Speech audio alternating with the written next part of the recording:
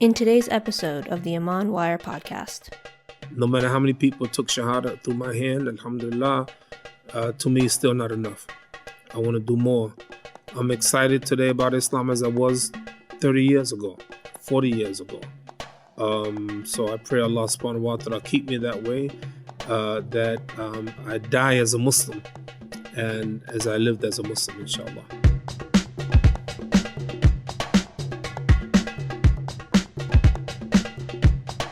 Assalamu alaikum and welcome to the ImanWire podcast. Salim here with my co-host Ghaidar. Assalamu alaikum. Wa alaikum salam. Salim, how are you? Alhamdulillah, alhamdulillah. And really, it's an honor to welcome our guest, Imam Siraj Wahaj. Assalamu alaikum, Imam Siraj. Wa alaikum assalam wa rahmatullah. It is my honor. You don't understand. It's my honor to be with you, brothers.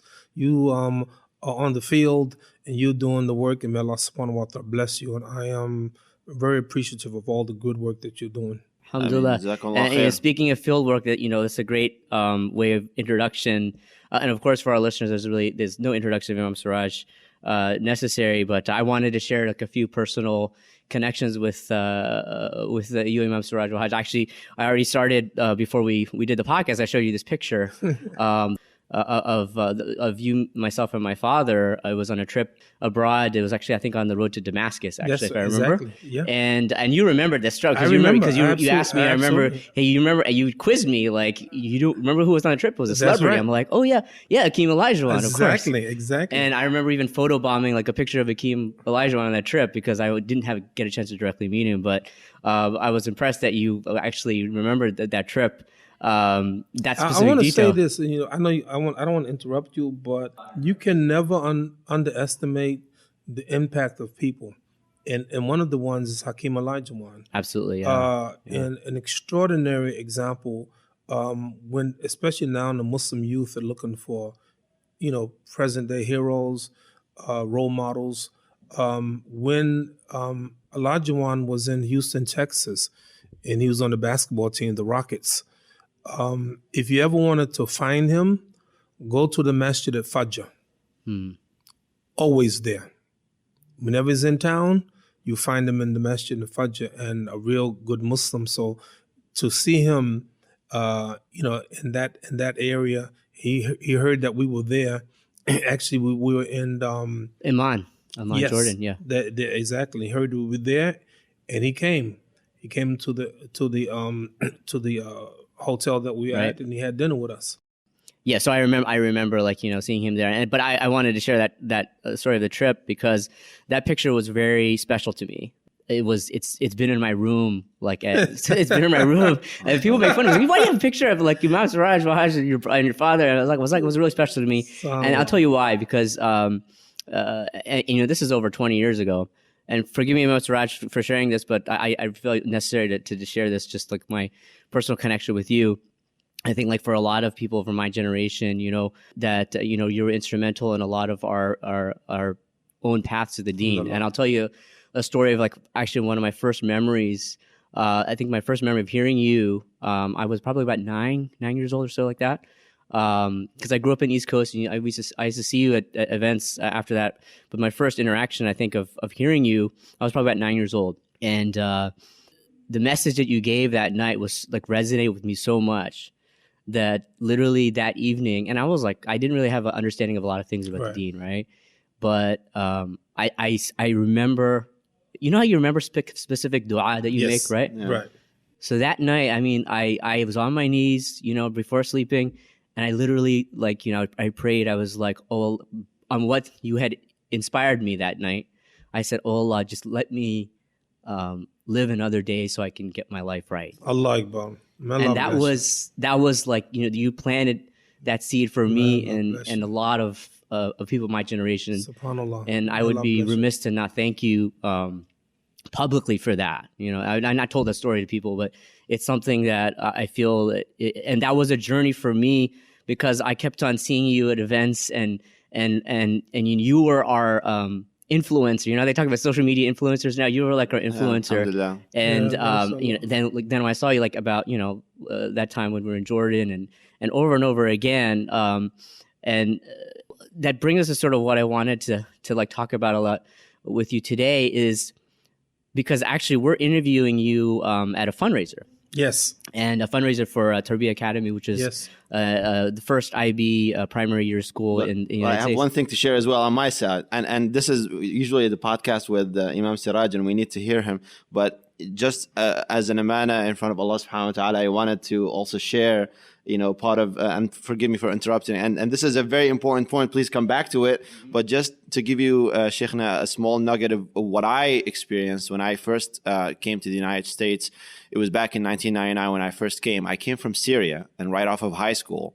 And I was just learning English, and alhamdulillah, things are fine and whatever. And then I got to my college in New Jersey. And then all of a sudden, in my second year or third year, I started, getting to know the MSAs and what the MSA is all about. It was just all foreign to me. Right. And Islam was just part of my background, of the mosaic that I lived in my life all along. And Syria has a lot of, different interpretation of what Islam means. But subhanAllah, I wanted just to share one thing as well, and I appreciate your patience, is that, people told me, let's go to the MSA East Zone conference. I'm like, what is this? Let's go to it. And then I hang out with some of the MSA folks, and we were just like hanging out. Let's go and, let's have a bite, after that and whatever.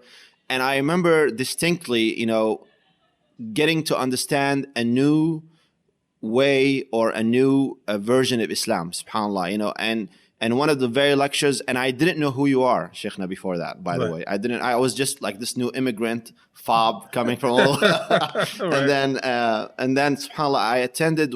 I was fascinated. I didn't know, first of all, by your name, I was like, Siraj Wahaj. That was a fascinating name, for a sheikh. And then, on the other hand, subhanAllah, Sheikhna, I wanted to, kind of remind myself that in your lecture, which I don't remember most of it, but you mentioned something. First of all, the way that you presented, the way that you spoke was just very, touching to my heart. I was this dormant Muslim, and you said something very simple. You said, you are a Muslim, aren't you? Get up and do something for Allah. Allah Akbar.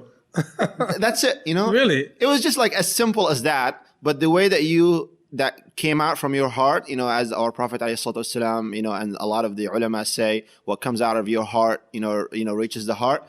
So you said, like, you're a Muslim, aren't you? Like get up and do something for Allah, And it was maybe around that, it was that and a couple of other experiences that, subhanAllah, shaped me, who I am, that I sprung from this cultural Muslim that a lot of people, unfortunately live in, to an active, somebody who is trying to improve himself, improve surroundings around him, and improve, as they say, as the Prophet say, like plant a seed, a good seed. So I want to just to, again, on my end, thank you as well for all that generational, guidance that Allah subhanahu wa ta'ala has bestowed upon you and that disseminated through you. Before you go on, Salim, I want to say something. And this is really remarkable about, I've been doing this for a long time. I can't, if you ask me how many years, I'll probably say 40 years, 45 years, something like that. And I'll be honest with you, I've traveled around the world, I've traveled around the country, and I never understood the impact that we had on people. I never did. About 7 years ago, people started telling me, I'm talking about the leaders of the Muslims first. This sheikh, this imam, and how they benefited from us years ago, how we affected them, and then it seemed like everybody started telling me everywhere I went. United Kingdom say, Imam Siraj, when you came to England, you were the one, and then South Africa and so forth and so on. And you know what? Whatever effect that we might have had, Allah hid it from me. And I think Allah hid it from me so that I would never get a big head. I never felt like, do you know who I am? I am the Siraj Wahaj. I never felt that way. I felt like a regular guy. I felt Allah had blessed me. And alhamdulillah, in the last few years, I've come to realize, based upon testimony of so many people, the impact that we made. And I am very grateful to Allah for having done something for him. So I just wanted to tell you that. you were talking about field work, and we're meeting you here again at a fundraiser, and you're still doing the work. The fundraiser for, as I said, Tarbiyah Academy, which is the first IB primary year school in Islamic school in the United States, and it's they've been able to facilitate us getting a chance to talk to you. So I want to thank them for that. But I got to say, Imam Siraj, I mean, we just finished the fundraiser, and I was going back to when I was like 9 years old. Seriously, it's been a while since I got to hear you live. It's that picture I told you about. Yes. You look at that picture now, you saw it. I mean, like I've aged horribly, but you're the same. You're the same. So, you're really inspirational. You're still keep on doing the work. But obviously, we want to talk to you today about, basically how our generation, the younger group, not just the lay people like ourselves, but also there's scholars from amongst our age group as well. And I wanted to sort of like get your impression first of being in the community, working, being in the trenches for so long, and now now like 2019. It'd be interesting to hear some of your feelings or your impressions about some of the shifts that you've seen. We live in some very interesting times. Let's just talk about presently in our country. If you had asked me, I would have told you that, in my opinion, Hillary Clinton would have been a much better president than Donald Trump. And it's not even debatable as far as I'm concerned. But I felt that if Hillary Clinton had become president, the Muslims would have gone to sleep. And I think that, I'm a firm believer in what the Prophet ﷺ said, Ajiban la'amru mu'min, wondrous is the fate of the believers. No matter what happens for him, it's good. If he has some adversity, he's patient, and that's good for him. And if Allah gives him some blessings, he's thankful, and that's good for him. And the thing about Donald Trump is that it has caused Muslims not to go to sleep. Because here's a man that's not really just against Islam, but against a lot of values, against people of color, against immigrants, and things like that. So in a crazy sense, he has brought us together. Muslims now are very active. We have 2 Muslim sisters in the Congress of the United States of America, Sister Rashida Tlaib from Detroit, and Sister Ilham Umar from Minneapolis. I know both of them, very beautiful sisters. And so you see a lot of Muslims now being engaged, and that's good. It's a trying time. We have more Muslim schools now. We had, as you know, we had the fundraiser, just as you mentioned, tonight. In New York City, we have 35 full-time Muslim schools. So, but the fact of the matter is only 5% of the Muslims go to Muslim schools. So 95% of our children go to non-Muslim schools, public schools. So we live in a time where it's difficult. It's difficult. We have some Muslims who are leaving the deen. Other people, like at my masjid yesterday, they told me in the last few days we had like 7 people took shahada. So on one hand, you have 2 doors in every masjid. You have the front door by which people become Muslim.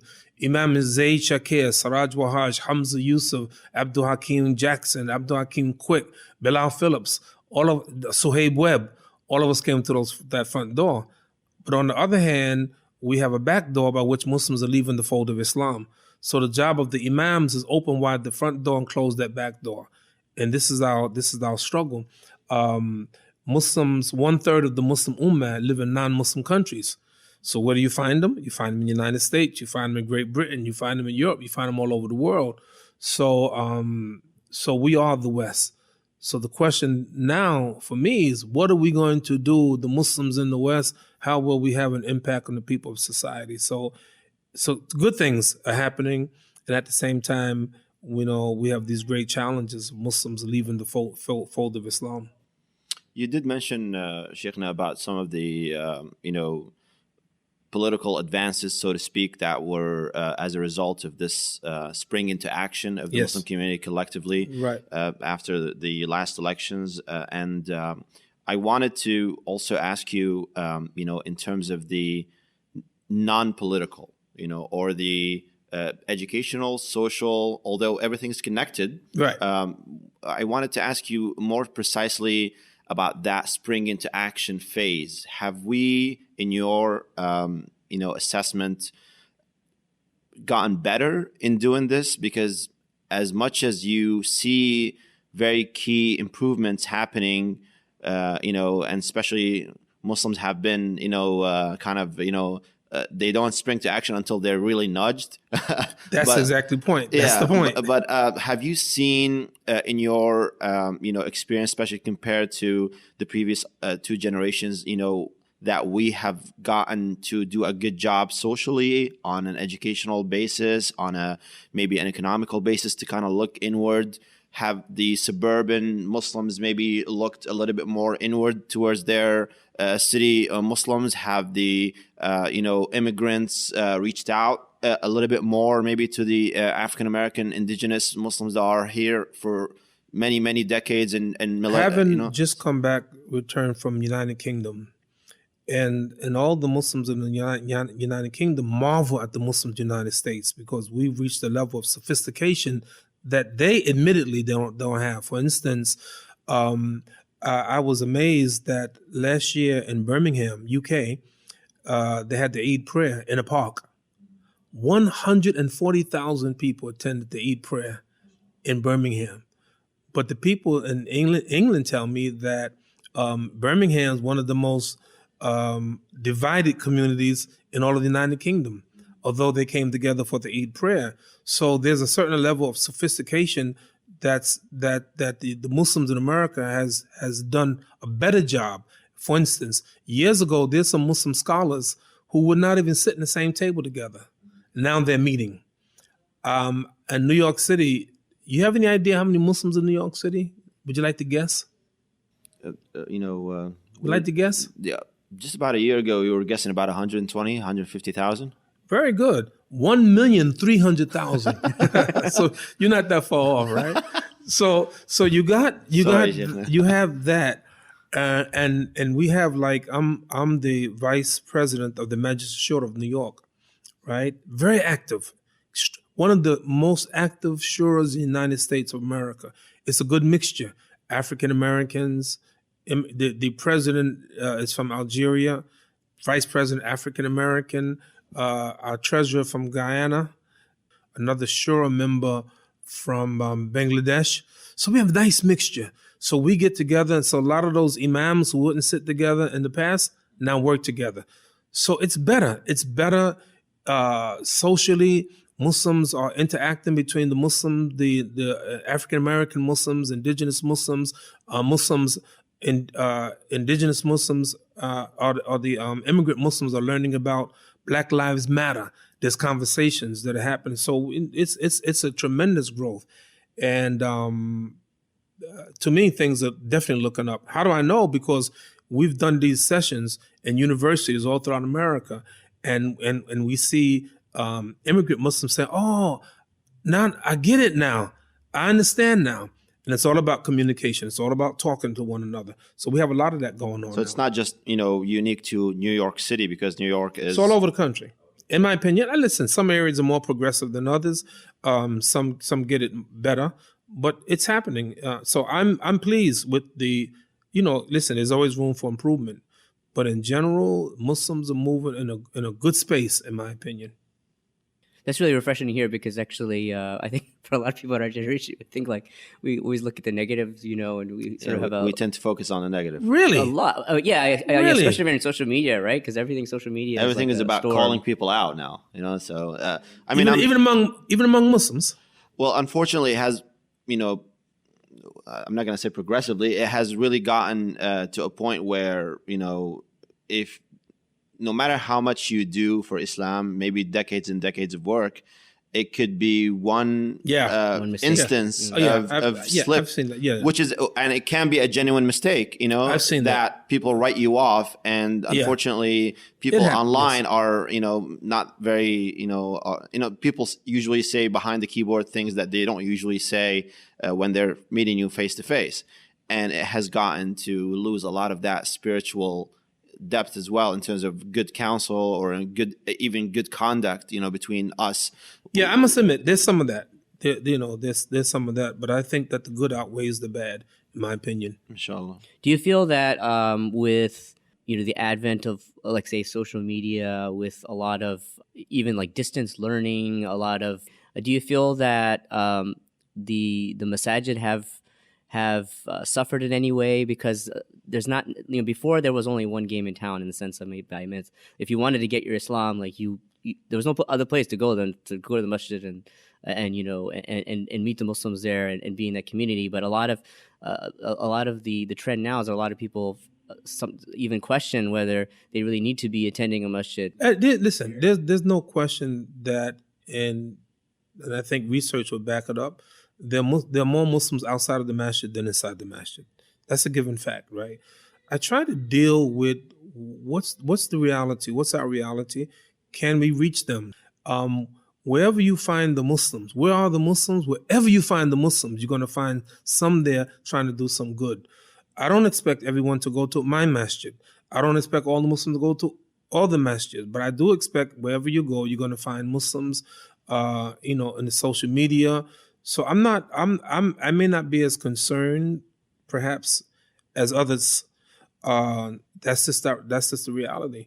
Wherever you find the Muslims, let there be someone to help them, inshallah, to preserve their deen. Sheikh Yasir, tonight, he talked about the Islamic schools. We have more Islamic schools than we ever had before. But again, we have both. We have people coming into Islam, some Muslim going outside of the Islam. So we do the best that we can.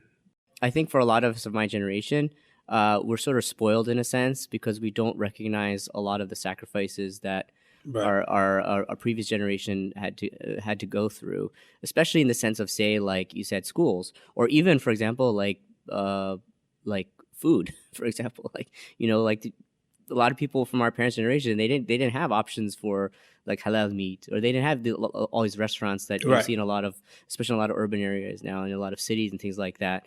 Do you feel that there's an element of, say, entitlement or this sort of spoilage amongst us, our generation, and if so, what are ways that we can mitigate that? It probably is, but probably one of my problems, I'm going to be honest with you, is that I don't know what's going on unless I'm told, like, for instance, by people like you. And I think it's important for your generation to talk to our generation to let us know what's going on. We have in my masjid, we have what's called straight talk. Like once a month, we bring the youth together and we try to have some dialogue.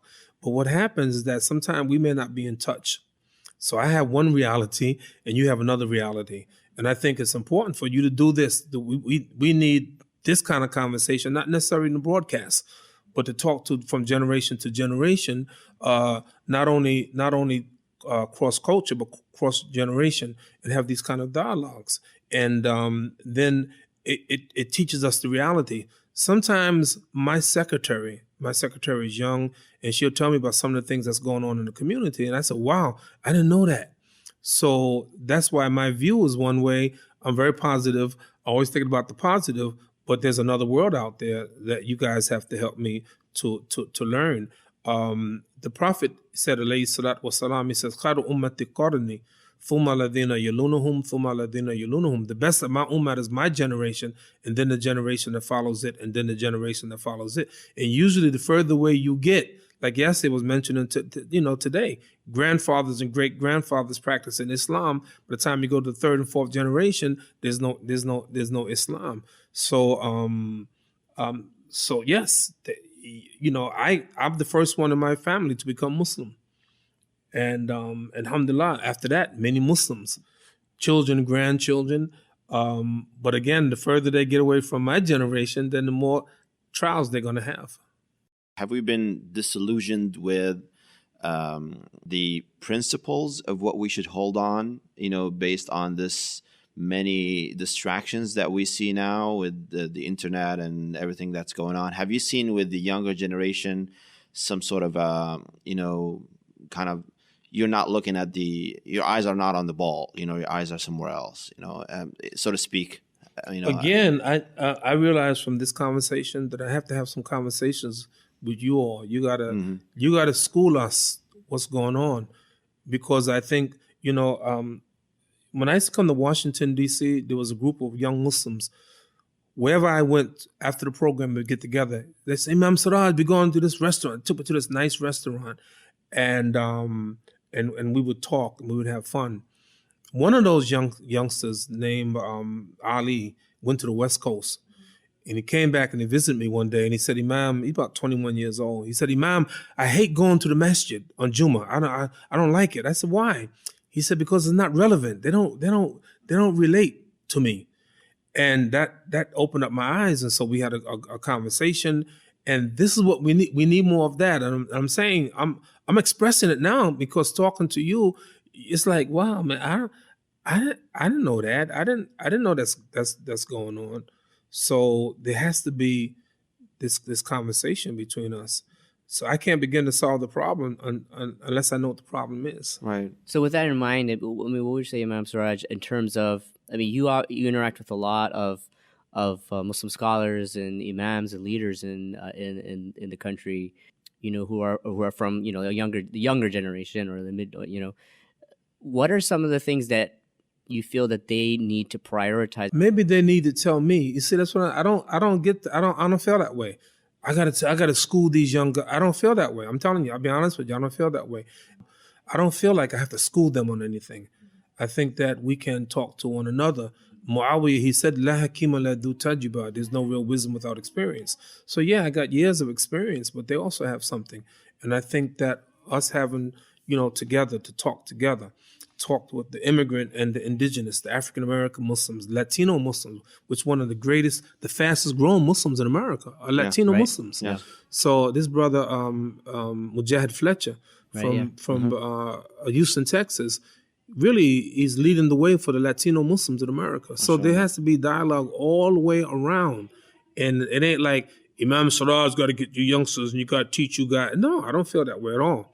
I think all of us have to sit together and have some dialogue. And what one thing has, as a result of this, my conversation with you, I realize I intend to do that now, to talk to more occasionally have meetings, town hall meetings and things like that. So I want to be more educated in what's happening in, see, you can think about it, man, from week to week I'm in a different city, a different country. And, when do I get a chance to really sit down and see what's going on? Like we come here tonight, right, to Tarbiya Academy, a fundraiser for a Muslim school. But as I told you, what about the 95% of the Muslim children not going to Muslim school? What's going on? How are they getting along? How are they getting along in the public schools? It's a real issue. So, to conclude, there's a lot of work to do. Given that you're still going, doing all these, mashallah, all these events and serve as a community, what's kept you grounded? What are your suggestions to Muslims who are, on the front lines, getting involved, a lot of political, social engagement, a lot of these efforts that we're seeing in the masjid, outside the masjid, in the communities. There's a lot of, problems with burnout. There's a lot of problems with short-sightedness, losing your losing perspective on like the long-term vision. What are some of your suggestions to keep grounded and focused? I love Islam. I cannot see myself not practicing Islam. And if you ask me, well, Imam, what kept you grounded? I don't know. I just love Islam. I believe in it. And I've lived it. I think part of the experience as an African-American struggling in this country, Martin Luther King Jr. said, he who gets behind in a race must forever remain behind or run faster than the man up front. So we're running hard. I don't even have time. I pray Allah subhanahu wa ta'ala keep that in my heart, keep focused, keep working. I can tell you this, from the moment I became Muslim, I've been working. I've been working for Islam. And maybe that has helped me. So and other thing, I study every day. My idea of a vacation, honestly, give me some books and give me a corner. My wife will tell you, always in the book. I love studying. I love researching more than I love talking. I only talk because I have to do it. They asked me to talk. I didn't say I want to talk. You know, if you knew me when I was young, you would never think I would be a public speaker. I remember I was in. We were in junior high school, Walt Whitman Junior High School, and our English teacher used to make us read in front of the class. And I used to sit in the back of my seat and hide behind the desk because I don't want to read publicly, you know. And but after I first joined, which is another conversation, 1969, I joined the Nation of Islam. It was then that I really learned to read, and then becoming a Sunni Muslim in 1975, and then open up my heart to reading and learning and studying. I love to learn, and so that has helped me a lot. Alhamdulillah. I want to thank you, Imam Siraj, for taking the time out. Listen, may Allah bless you, brothers. And what I would love for you to do, and you're probably doing it, is continue to get information and get it to the right people, so that we can make a difference. I've always believed that when people know better, they do better. I know for me, always, when I know better, I do better. And a lot of the Muslims that I know, many of us came to Islam at the same age, 17, 18, 19. If you talk to Hamza and Imam Zayd and the rest of us, it was that year, we in college and, end of high school, we kind of found ourselves. And Allah blessed us, to stay the course. I think a lot of Muslims have taken their Islam for granted. I remember I was a Christian. I was 7 years old, a Sunday morning, getting ready to go to church, and I'm getting dressed. And I told my mother, I was a Baptist Christian. I said, why we got to go to church anyway? So what my mother did, she got a strap, and she hit me a couple of times and said, now you understand why we go to church? I said, yes, ma'am. But I didn't understand, and she didn't explain to me. So years later, I left the church and went to the masjid. Our children are asking the question, why we got to go to the masjid? I don't understand. Why I got to wear khimar? Why I got to do this? Why I got to go to madrasa? Why I got to go to Muslim school? How come I have to make salat? They're asking the same questions. And I think what happened is that we took the Islam for granted, many of them, born to Muslim parents. I had no one to turn to when I became Muslim. So then now I'm the first generation of Muslims. I love it. Now my children, they're Muslims, most of them, but they got to find it the way I found it. And because they can't be a Muslim because I'm a Muslim. I used to ask my children, they were young, I said, you want to be Muslim? You sure you want to be Muslim? Yeah, we want to be Muslim. You sure? Yeah. I said, you don't have to be Muslim if you don't want to be. No, we want to be Muslim. So it's again, and I appreciate it. I know what I used to be, and many of our children hadn't experienced the dunya, though some of them are now. So anyway, I make dua for you brothers. To get the information out to the people, to do your research, so that we can make a difference. Because I always want to make a difference. No matter how many people took Shahada through my hand, alhamdulillah, to me it's still not enough. I want to do more. I'm excited today about Islam as I was 30 years ago, 40 years ago. So I pray Allah subhanahu wa ta'ala keep me that way, that I die as a Muslim, and as I lived as a Muslim, inshallah.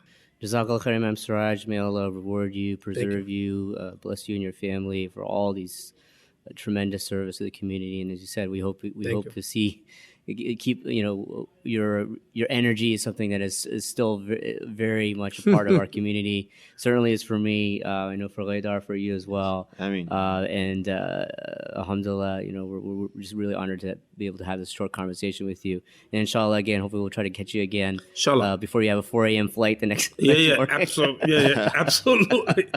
May Allah bless you, brothers. I do appreciate it. I appreciate you and all the work that you do, and help us, the imams, the leaders, the uncles, help us to get into the 21st century. Even if you have to drag us, and some of us you're going to have to drag. SubhanAllah. I mean, this podcast, although it's short, and you mentioned that you wanted to be in a better energy, but your simplicity in delivering the principles, the message is very inspiring to us, and we believe in the barakah, by the way, of having it to sit in front of you. And we believe in the barakah that you carry, mashallah, and we believe in subhanAllah, and like Islam is simple, and those who carry it speak to the point. Right. And that is to us, something, and to the listeners, I'm sure, we don't have to speak a lot in terms of we don't have to philosophize a lot, about we don't even Islam. make it unnecessarily more complicated. Right. So we just keep it to the point. And the fact that you mentioned that after 4 years you are as excited about Islam as the first day is something for everybody to reflect upon. And may Allah inshallah make us of those who do reflect and act upon it. Ameen. Thank you so much. On behalf of Ghaidar and the whole team here, I'd like to thank all our listeners for joining us for another episode. You can always check out our recent episodes on ImanWire.com. Give us feedback, send us your feedback, and please subscribe to the podcast. Share it with friends and family to get it. All that helps to get it to. And keep Imam Siraj in your du'as, please. Absolutely. Exactly. So one thing all of us should be doing. And until then, we'll see you in the next episode. Assalamu alaikum. Peace be unto you.